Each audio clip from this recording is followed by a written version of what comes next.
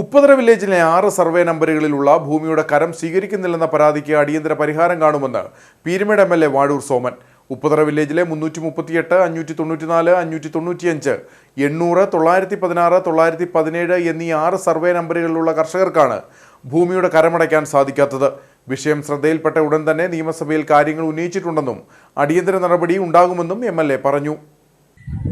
പരിമിത കർഷകരുടെ സ്ഥലത്തിൽ കരം എടുക്കുന്നില്ല എന്ന പരാതി എൻ്റെ ശ്രദ്ധയിൽപ്പെട്ടിരുന്നു.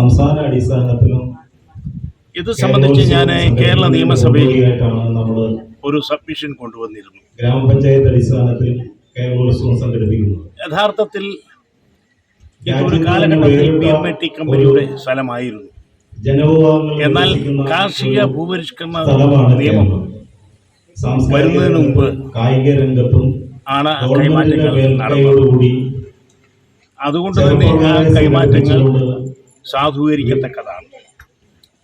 എന്നാൽ ഉമ്മൻചാണ്ടി സർക്കാർ വെച്ച രാജമാണിക്യം കമ്മീഷനെ തുടർന്നാണ് കമ്മീഷൻ ഇത് സംബന്ധിച്ച ഉത്തരവ് പുറപ്പെടുവിക്കുകയും ക്രയവിക്രയങ്ങൾ തടയുകയും കരമെടുക്കുന്നത് തടയുകയും ചെയ്തു. ഈ പ്രശ്നം പരിഹരിക്കാമെന്ന് കേരള നിയമസഭയിൽ റവന്യൂ വകുപ്പ് മന്ത്രി അഡ്വക്കേറ്റ് രാജൻ അവറുകൾ മറുപടി നൽകിയിട്ടുണ്ട്.